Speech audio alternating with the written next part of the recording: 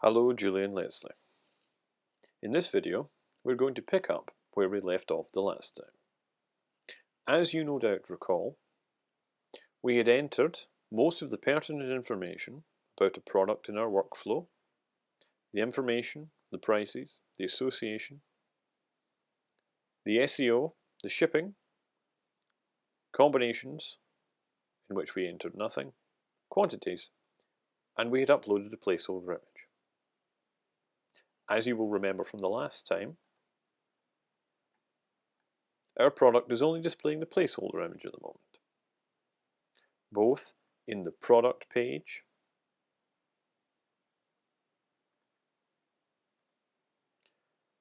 and in the product category overview page. In this video, I'm going to explain to you how to take the image of the product, which I still have saved on my desktop as bohemia.jpg, import it into Photoshop, manipulate it so that it fits within the image mask for both the product overview page and for the product itself, export it, and then if we have time, I'll explain something about uploading. So, for the product overview page, the product needs to be 125 pixels by 125 pixels. You may wish to write this down. We're now going to open Photoshop. On your computer, you open Photoshop by either finding it in the dock or by going to Spotlight and typing in Photoshop. On my computer, the process is slightly different.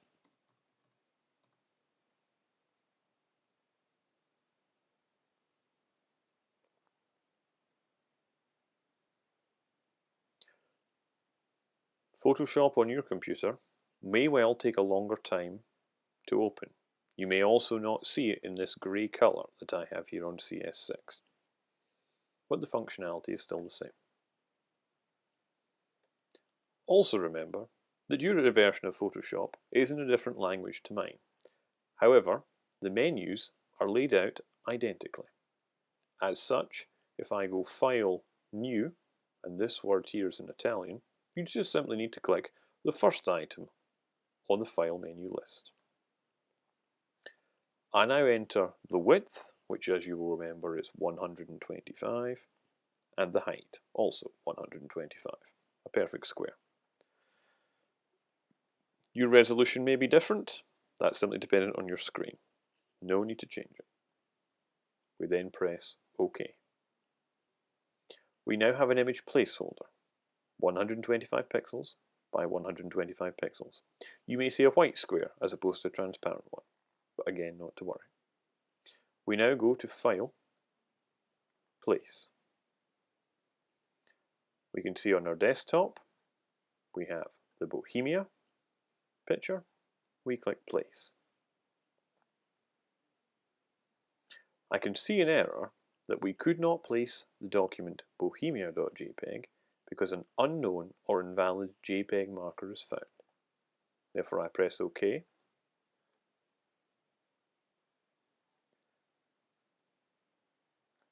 I then close Photoshop.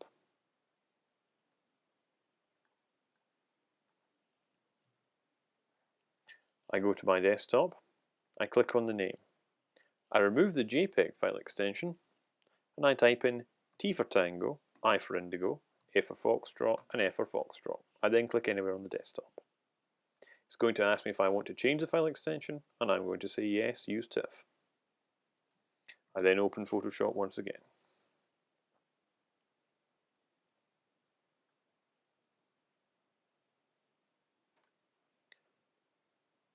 I then go to File, New.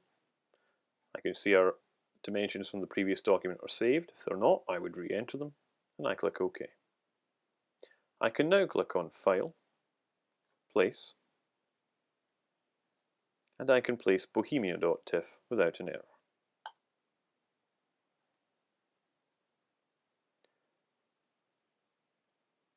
Once I can see the image in Photoshop, I wish to zoom in to get a better view of it. I do this by placing the Command and plus key. I now wish to position the image.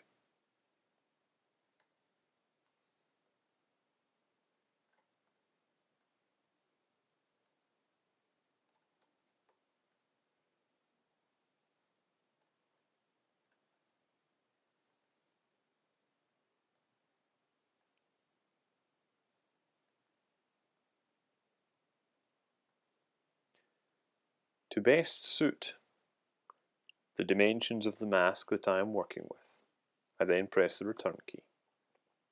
I notice that I need to clone out a section of the image because it has a chromatic aberration in it. I right-hand mouse click on my Bohemia layer, or I press and hold the Control key and left click once. I then click Rasterize Layer. I can see that the Smart Object icon has been removed from the bottom of the Bohemia layer in the Layers palette. I go to my clone stamp brush. I make sure that my brush is of an appropriate size. I mouse over the area that I wish to clone, and I press and hold the Alt key and left click once. I then move my brush over to the area I wish to replace, and I click twice to replace it. You may need to click more than twice, depending on the opacity and flow settings of the particular brush that you are using. At this point, I'm happy with the image as a category overview image.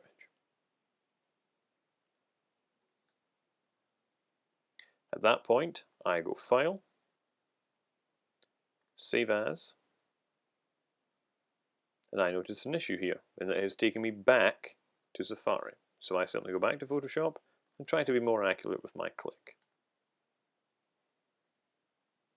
On the desktop, I want to change the format from Photoshop to JPEG, and I want to call it cat image.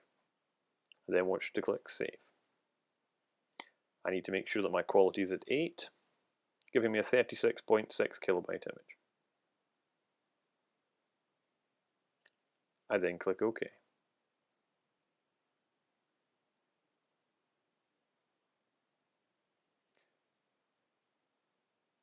Now, I wish to get the image in a format that can be used for the product image, for the product, my apologies, page. So, I go to Safari, click on the product, and I can see here that the image is 262 pixels by 262 pixels. You may wish to write this down. I return to Photoshop by clicking on it in the dock, and I select File, New. I then type in the dimensions of the image, which I shall remember is 262 pixels by 262 pixels. I then press OK. I then go File, Place my Bohemia image, and manipulate it exactly as I did before, except this time optimizing it for the mask that we are using.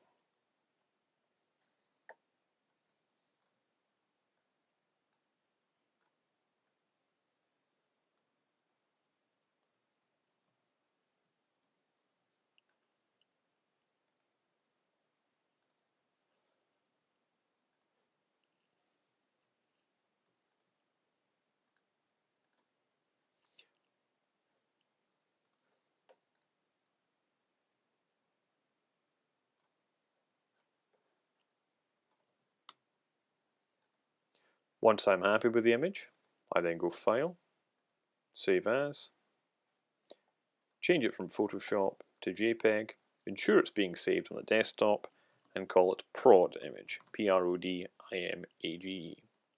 and I click Save. Make sure my quality is set to 8, which should be around 61.3 kilobytes, and press OK. Now I can quit Photoshop. It's going to ask me if I want to save changes to these documents. I've already saved them, so I don't. Now I need to open CyberDuck. You will do this by going up to Spotlight, typing in CyberDuck, and selecting the application that is called CyberDuck-1. I do it in a slightly different way.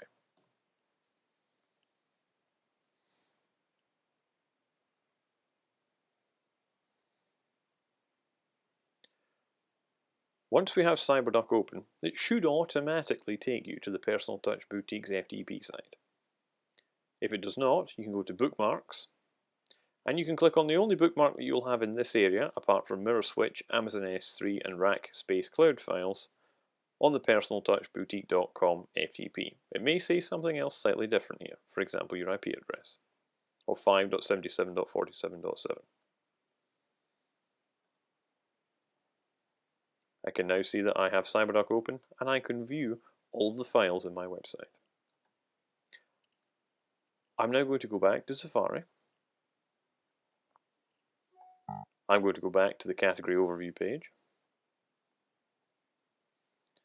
I'm going to control and click on the sample product. I'm then going to click Copy Image Address. I'm going to open a new tab by pressing Command and T. I'm then going to press Command and V to paste in the new image address. I can see here the location of the image in CyberDuck. So I click CyberDuck at the bottom, and I make sure that it's beneath the image, so I have this above CyberDuck all the time, so I can follow the path. Now, we are already in the personaltouchboutique.com's FTP site, so the next place I need to go is IMG. You can see it's a directory because it is parenthesized by 2 forward slashes.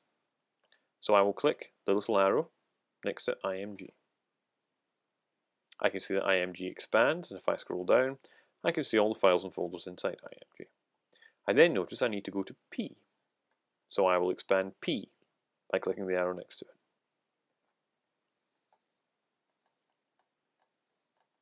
I can see that after going to P, I need to go to the folder 3.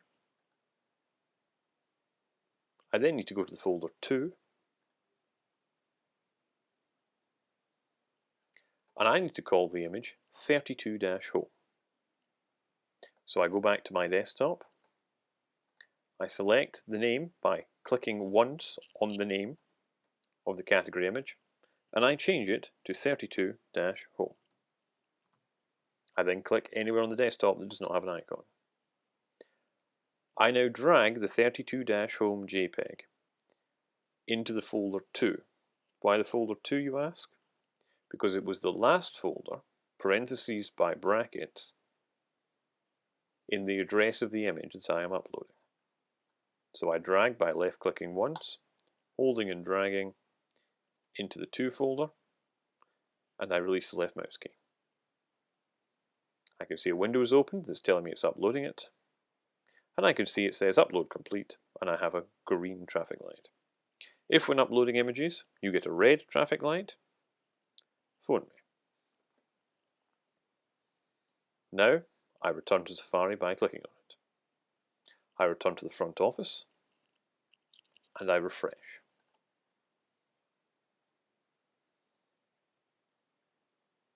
You can see our image has appeared. By clicking on the image, I can go to the product image page, and I can see that we are missing the main product image. So, once again, I will right-hand mouse click. I will copy the image address. By pressing and holding the Command and T keys, I will open a new tab. I will then paste in the image address by pressing and holding the Command and V keys. I can now see the address of the image that I need to upload. I will go back to CyberDuck by clicking on the dock and ensuring that it is beneath the image address. I can move the transfers window by clicking it and dragging it over to the right hand side of the screen. This gets it out of the way so I can access the directory listing with ease. So I then scroll back up to the top, and I can see that the image address is very similar to the one that we used beforehand. By looking at the arrow next to IMG and noticing that it is pointing down, as opposed to the arrow next to downloads, for example, which is pointing to the right, I know that directory is already expanded. Again, I scroll down, and I notice the P directory, because the arrow is pointing down, is already expanded. Whilst I'm doing this, I'm following along with the directory, so IMG P. I then notice 3, which is already expanded, 2, which is already expanded, and then I notice that the last entry here has a file extension at the end, in this instance .jpg. so I know that that is the name of the file. So I go to our product image. I click on the name once. I type in the name of the image, which is 32-large. I then click anywhere on the desktop. I drag the product image into the To folder, because that was the last entry surrounded by parentheses in the directory address which I copied from the website, and I release it in the To folder. Again, I can see that it's being uploaded here. We have an amber traffic light, and then we have a green traffic light. That tells me it's been uploaded correctly. I now go back to the website. I refresh the browser.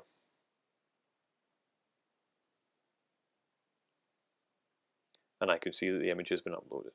Now, if I were to click on the image, I would receive an error, and it would tell me that the requested content cannot be loaded. Please try again later. That is because we're yet to upload the remaining images that are required for any product to have all the images uploaded for it. I'm trying to keep these videos under 15 minutes, so they're not too much to take in. In the next video, I will explain to you how to upload the large images for the products. I will also explain to you how to add sizing options to the products, because at the moment you can see there's no ability to choose what size this Bohemia dress is going to be, or if it's available in different colours, what colour it's going to be. Thank you for watching. I hope this made sense. Any feedback, please give me an email.